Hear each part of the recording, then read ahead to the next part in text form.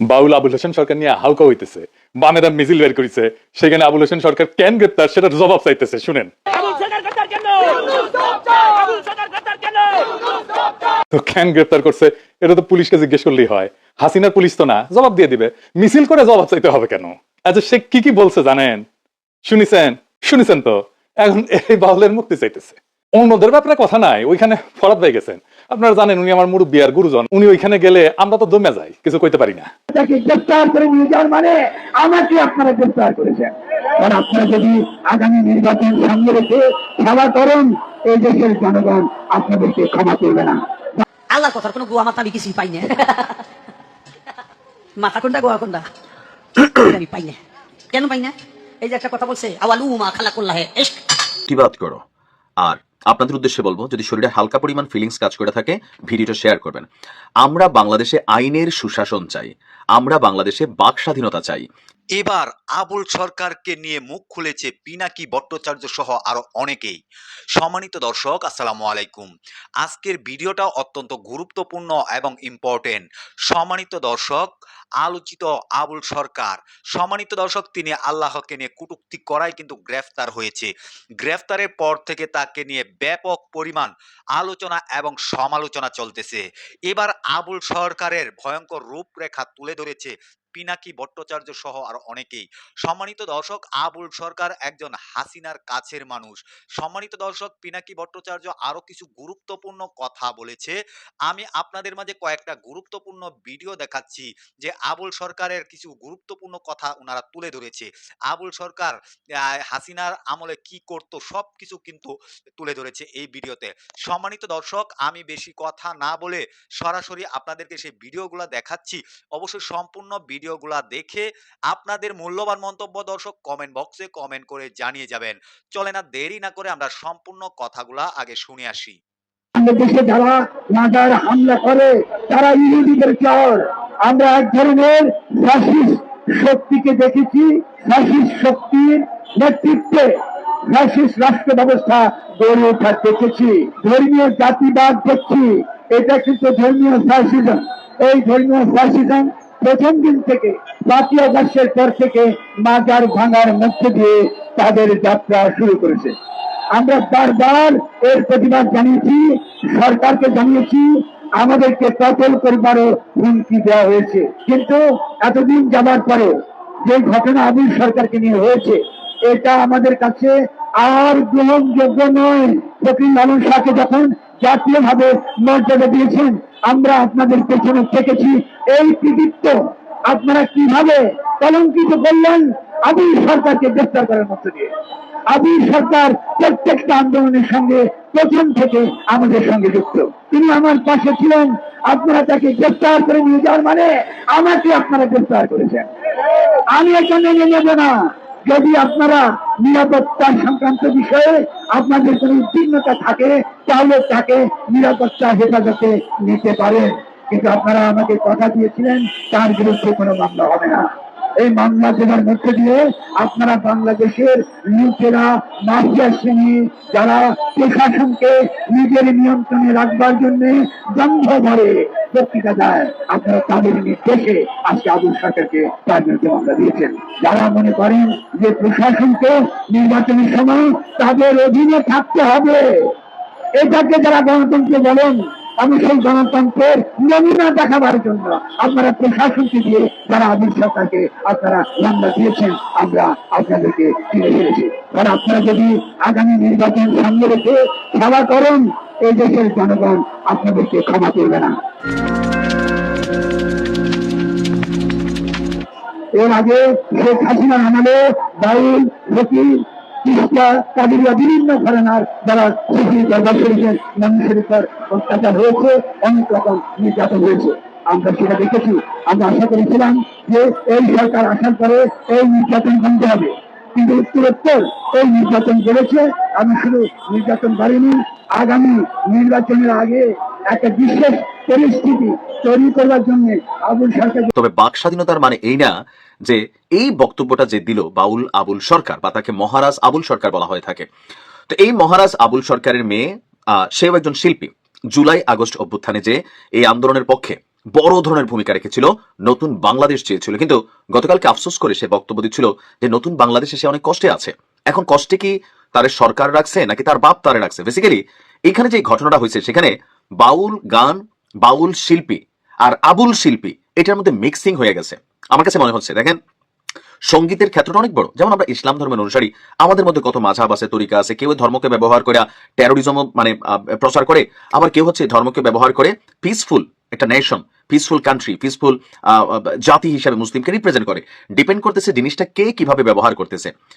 আবুল সরকারের এই রাষ্ট্রের উচিত এমন দৃষ্টান্তমূলক শাস্তি দেওয়া যেন আগামীতে এই যে বড় শয়তান যে আছে আবুল সরকার, তার যারা অনুসারী আছেন তাদের মধ্যে যেন একটা বার্তা পৌঁছায়, অথবা অন্যান্যদের মধ্যে একটা বার্তা পৌঁছায় যে ভাই তুমি বাউল গান করো, আমাদের কোনো সমস্যা নেই, গানে গানে তুমি স্রষ্টা সৃষ্টি নিয়ে পজিটিভ বলো নেগেটিভ বলো, এটা তোমার ব্যক্তিগত জায়গায়। কিন্তু প্রকাশ্যে পাবলিকলি 4 নভেম্বর যে ঘটনাটা হয়েছে, এটার প্রেক্ষাপট 4 নভেম্বর এই যে বক্তব্য দিছে, স্বাভাবিকভাবে মানুষের শরীরের মধ্যে রক্তের দোলাদুল চলছে। আর রাগের বসে, জিদ্দের বসে তারা গতকালকে যে ঘটনা ঘটেছে। তবে দরকার ছিল স্থানীয় জনগণ, তৌহিদি জনতা, এই নামটা এই মুহূর্তে বাংলাদেশের জন্য নেগেটিভ। আবার বলি, তৌহিদি জনতা বলতে কোনো শব্দ নাই। মুসলিমরা, স্থানীয় মুসলমানরা, সারা পৃথিবীর যে কোনো মুসলিম এই কথাগুলো শুনলে তার গায়ে কাঁপন উঠবে। কিন্তু যখন কোনো ব্যানার কানেক্ট হয়ে যায় তখন এটা কিন্তু আরেকটা ভঙ্গি চলে আসে। অপরাধ করছে আবুল সরকার। এখন এই আবুল সরকারের পক্ষে কেউ কথা বললে আপনাকে বাংলাদেশের জনগণ আদর করবেন, এটা আপনার বোঝা উচিত। আবারও বলি যে আপনার নেতা যে আছেন তিনি যা বলছেন সবকিছুকে আপনারা শুনছেন, তার মুক্তির জন্য যারা দাবি করতেছেন সবকিছুকে শুনছেন। আমার গতকালকের ভিডিওটা ছিল বাউল শিল্পীদেরকে নিয়ে। এখন একজন বাউল শিল্পী যদি আইসা কালকে বেগম খালেদা জিয়া এখানে একটা কথা বলে, তারেক রহমানকে নিয়ে বলে, জামাতকে নিয়ে বলে, সে তো পরশুদিন মার খাবে। কিন্তু শুধু বাউল গানের জন্য সে মার খাবে? খাবে না। আপনার একটা গন্ডি আছে, গন্ডি বের হইয়া আপনি দর্শকদের জন্য, অথবা আপনি ভাইরাল হবার জন্য, অথবা আপনার বাক স্বাধীনতা আছে বলে আপনি যে কোনো কথা বলবেন আর রাষ্ট্র সেটাকে প্রটেস্ট করবে না। এই যে মেঘমাল্লার বসু থেকে শুরু করে যেগুলো আছে, বা এই আবুল সরকারের মেয়ে, যখন জুলাই আন্দোলন অভ্যুত্থান হলো বা বিপ্লবটা হলো, রাজপথে শিল্পী টিল্পীদের পক্ষ থেকে সবচেয়ে বেশি ভূমিকা যে মেয়েটা রাখছে এই আবুল সরকারের মেয়ে। এখন এই তারা মনে করছে নতুন বাংলাদেশ, এখানে আমরা যা খুশি তা বলবো, ধর্ম নিয়েও বলবো, মানুষ নিয়েও বলবো। ভাই আপনি এই মুহূর্তে শুধু আওয়ামী লীগ নিয়ে বলতে পারবেন, কারণ কি এই মুহূর্তে আওয়ামী লীগ হচ্ছে ওই জায়গা, এটা মরা হাতি।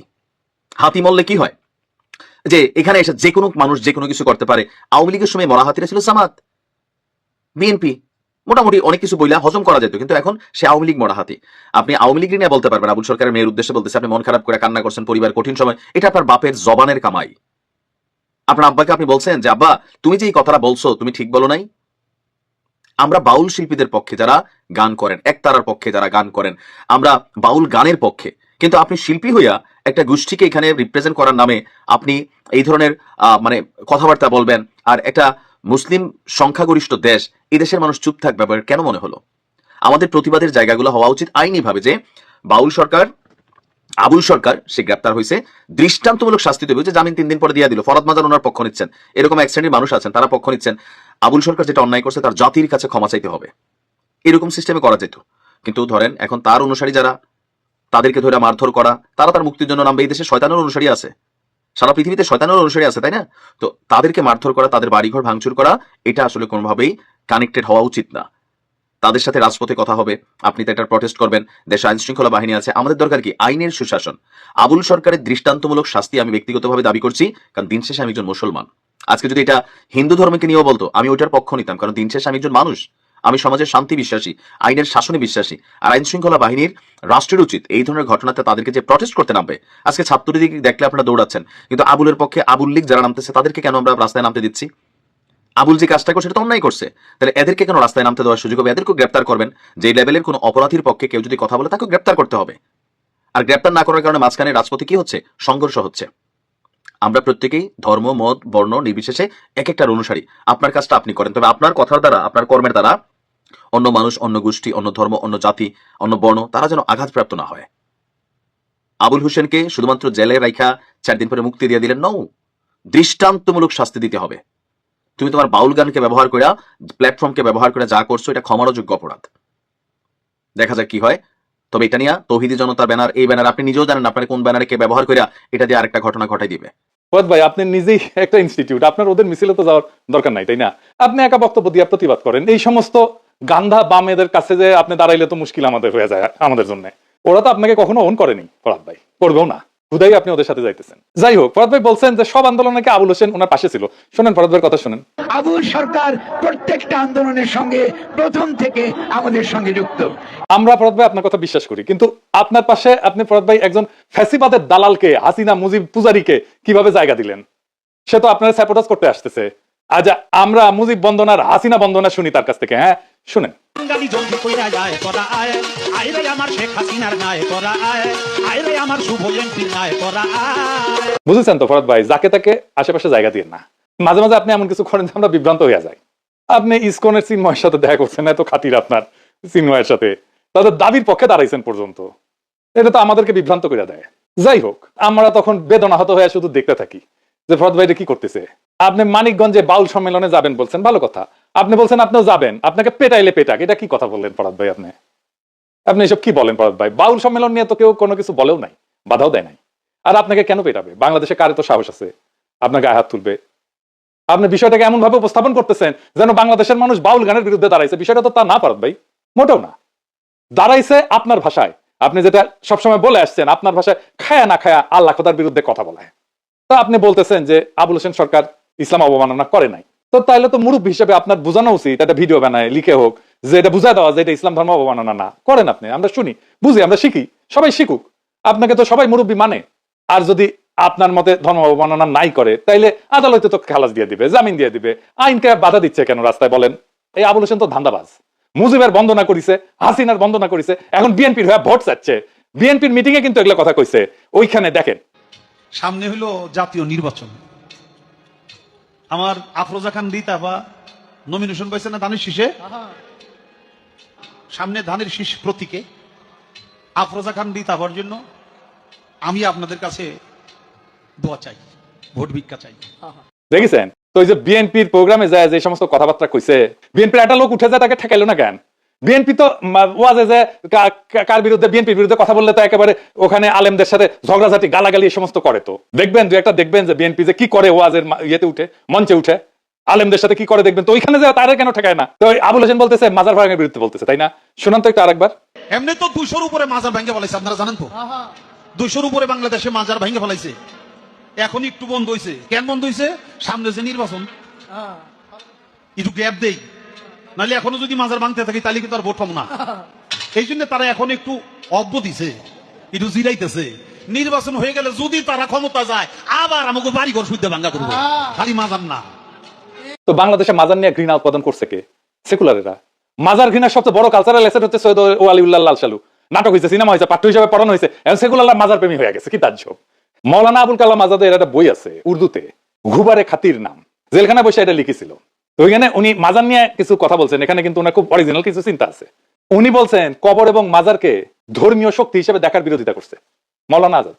উনি বলেন যে ইসলামের মৌলিক বার্তা ছিল তাওহীদ এবং বুদ্ধিবৃত্তি, কিন্তু পরে কিছু মুসলিম সমাজে মৃত ব্যক্তির কবরকে এটার মধ্যস্থতা, বরকত সংগ্রহের স্থান, অলৌকিক শক্তির উৎস বলে গ্রহণ করছে, যা মূলত মূর্তি পূজার আর এক রূপ। তিনি মৌলানা আজাদ এইটাকে ইসলামের বিরুদ্ধে সবচেয়ে বড় বিচ্যুতি হিসেবে দেখছেন। উনি লিখে গেছেন উনি সুফিবাদকে সম্মান করতেন, কিন্তু তার একটা অভিযোগ ছিল। অভিযোগ হচ্ছে সুফিবাদকে মাজার কেন্দ্রিক যাজকতন্ত্রে পরিণত করা হয়েছে। তিনি লিখছেন যে অনেক দরগায় অন্ধভক্তি, করুণার জায়গায় ভয়, যুক্তির বদলে অলৌকিক গল্প, অর্থনৈতিক শোষণ, এই সমস্ত প্রতিষ্ঠা পাইছে। এইগুলোকে উনি সামাজিক রোগ বলছেন ওই বইতে। উনি বলছেন যে দরিদ্র অসহায় মানুষের জীবনের বাস্তব সমস্যার সমাধান খুঁজতে গিয়ে মাজারে আশ্রয় নেয়, এবং মাজারের খাদেম এবং পীরেরা এই দুর্বলতার সুযোগ নিয়ে নিজেদের কর্তৃত্ব জাহির করে। উনি বলছেন যে এই ব্যবস্থা মানুষের আত্মমর্যাদা নষ্ট করে, পরনির্ভরতা বাড়ায়, সামাজিক উন্নয়ন থামায় দেয়। তিনি খুব কষ্ট পেয়ে লিখছেন এখানে, মুসলিম সমাজ যখন কোরআনের জ্ঞান, বুদ্ধি, বিজ্ঞান, দর্শন এসব থেকে দূরে সরে যায়, তখন মাজার কেন্দ্রিক আধ্যাত্মিকতা সমাজের নেতৃত্ব নেয়। উনি একটা টার্ম ইউজ করছিলেন, জ্ঞানহীনতার রাজত্ব, এই মাজার পূজারে উপহাস করছেন। তিনি আরো বলছেন যে অনেক মাজার দরগা এক ধরনের অর্থনৈতিক কেন্দ্র, ক্ষমতার স্থান, স্থানীয় রাজনীতি নিয়ন্ত্রণের যন্ত্র হয়ে পড়ছিল। তিনি মনে করেন যে ইসলামের সত্যিকারের উদ্দেশ্যকে এটা বিকৃত করে দিচ্ছে। একটা খুব চমৎকার কোটেশন আছে এখানে, মানে আমি বাংলা করে বলতেছি, মানুষ অলৌকিকতার পেছনে ছোটে কারণ সে জ্ঞানের আলোয় চোখ খুলতে ভয় পায়। আর সেকুলারদের কাছে মাজার এত গুরুত্বপূর্ণ হয়ে গেল কেন হইলো জানেন? এটার একটা পলিটিক্যাল কারণ আছে, ভূ রাজনৈতিক কারণ আছে। আসেন সেটা একটু দেখি। মাজার হইলো Indian soft power, Indian cultural icon, তাই সেকুলাররা এটা রক্ষা করতে চায় যে কোনো ভাবে। বামেরা ঠিক এই কারণেই বাংলাদেশের ইসলামকে পীর আউলিয়ার ইসলাম হিসেবে দেখতে চায়। আপনি দেখবেন মুম্বাই সিনেমাগুলোতে মুসলমান চরিত্র মানে সে মাজারে যায়, দোয়া পড়ে, সুতা বান্ধে, কাওয়ালি গায়। কেন এটা? এইটার পিছনে রাজনীতিটা কি? এই যে মুসলমান মানেই মাজারে যাওয়া, স্টেরিওটাইপটা হঠাৎ করে সৃষ্টি হয়নি। এটা একটা ঐতিহাসিক, রাজনৈতিক এবং সাংস্কৃতিক নির্মাণ, যার সূত্র 3টা পর্বে। 1940 থেকে 1950-এর দশক, যেখানে সেকুলার ইন্ডিয়া প্রজেক্টকে তারা বাস্তবায়ন করতেছিল। ভারত রাষ্ট্র নিজেকে সেকুলার দেখাতে চাইছিল। তো হিন্দু মুসলমান ঐক্য দেখানোর সবচেয়ে সহজ ভিজুয়াল প্রতীক কি? মাজার, যেখানে ধর্মীয় মিশ্রণ, সঙ্গীত, লোক বিশ্বাস এগুলোকে রাষ্ট্রীয় ঐক্যের সাংস্কৃতিক আইকন করা যায়। ওই সময় যে সমস্ত মুসলমান চরিত্র সিনেমায় আসতো সেগুলো ছিল সুফির মতো, দরগার খাদেম, কাওয়ালি গায়, দোয়া করে, শান্তি আর প্রেম শেখায়। এইটাই ছিল রাষ্ট্রীয় ন্যারেটিভ। মুসলমান সম্প্রদায় একটা মিস্টিক্যাল, স্পিরিচুয়াল এবং নন পলিটিক্যাল। 1938 একটা সিনেমা হয়েছিল ধাত্রীমাতা, দরগা এবং এই মিলনের ভাব নিয়ে। 43 সালে নাজমা বলে একটা বিখ্যাত সিনেমা ছিল মুসলিম সমাজের সাংস্কৃতিক আধ্যাত্মিকতা নিয়ে। এখানে মুসলমান মানে কবি, সুফি, অলৌকিক প্রবণ। এরপরে আসে 1960 থেকে 1980 সাল, কাওয়ালির যুগ।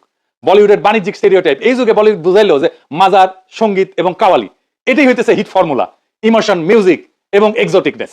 এটাই হচ্ছে মুসলমান পরিচয়। ফলে মুসলমান পরিচয় মানে দরগায় চাদর দেওয়া, কাওয়ালি করা, পীর ফকিরের দোয়া, অলৌকিক সুস্থ হওয়া, সাদা টুপি, আচার আচরণ। এই সময় সবচেয়ে ভূমিকা রাখছে বোম্বাইয়ের ইন্ডাস্ট্রি উর্দুভাষী লেখকেরা, যারা মুসলমানদের নিজস্বতা দেখানোর জন্য সহজ ভিজুয়াল হিসেবে মাজার ব্যবহার করতেন। মাজার কেন্দ্রিক গান এবং সিন, বারসাত কি আকরাত, আমার আকবর অ্যান্টনি 1977 সালে, দরগায় অলৌকিক সুস্থ হওয়া, সুফি গান একটা নতুন ধরনের কালচারাল জানরা তৈরি করলো। এই সময় মুসলমান চরিত্রকে মিস্টিক, অলৌকিক, আবেগী করে ফেলা হলো।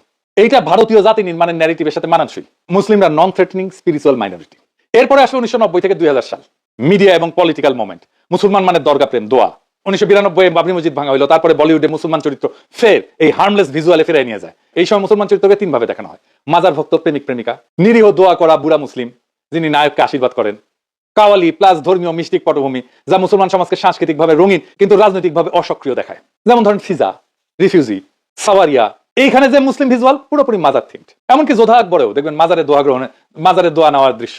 কেন মুসলমান মানেই মাজার ইন্ডিয়ান কালচারে? কারণ ভারতীয় মূলধারা ইসলামকে সুফি, লোক ধর্মীয় করে প্রদর্শন করতে চায়, পলিটিক্যাল ইসলামকে না। মাজার ছিল নিরাপদ, অবিতর্কিত মুসলিম ইমেজ। রাজনীতির দিক থেকে এটা ছিল মুসলমানদেরকে একটা ডিপলিটিসাইজ, মিস্টিক্যাল কমিউনিটি হিসেবে উপস্থাপনের প্রকল্প। আর বলিউডের কাছে ছিল ভিজুয়াল শর্টহ্যান্ড। এটাই মুসলিম চরিত্রের সাংস্কৃতিক মার্কার।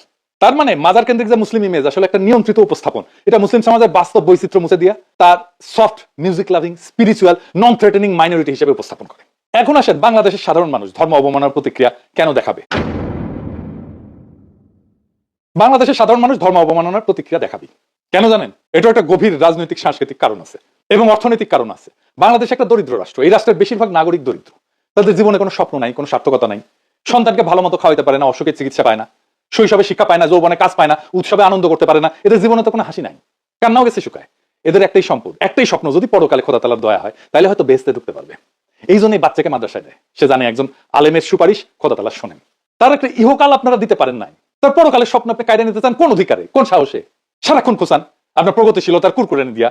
আপনি তো আপনার সেকুলার দর্শনে বলেন প্রাইভেট স্পেসে ধর্ম পালন করতে, তো আপনার অধর্ম, আপনার ধর্ম বিশ্বাস আপনি প্রাইভেট স্পেসে করেন, যা খুশি করেন। পাবলিক স্পেসে এসে আপনি মানুষের ধর্ম নিয়ে কুরকুরে দেখান কেন? আপনি তো আগে খোঁচান, তারপরে ওরা প্রতিক্রিয়া দেখায়। খোঁচানো বন্ধ করেন, প্রতিক্রিয়া বন্ধ হয়ে যাবে। বাংলাদেশ যে মুসলমান সংখ্যাগরিষ্ঠের দেশ, এটা তো তার অপরাধ না, এটা তার বৈশিষ্ট্য। এই বৈশিষ্ট্য তো আপনাকে বিবেচনা করতে হবে। আপনার রাজনীতি, আপনার সমাজ নির্মাণ, আপনাকে এটা বিবেচনা করবেন না আপনি? আশ্চর্য ব্যাপার।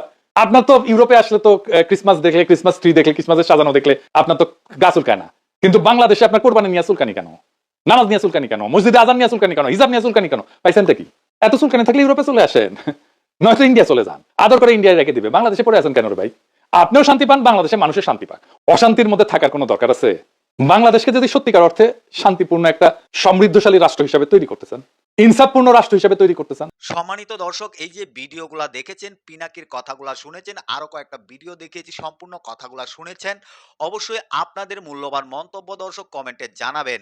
ওনারা যে কথাগুলা বলেছে সেই কথাগুলা কতটুকু সত্য বলেছে এবং কথাগুলা কতটুকু যুক্তিসঙ্গত বলেছে।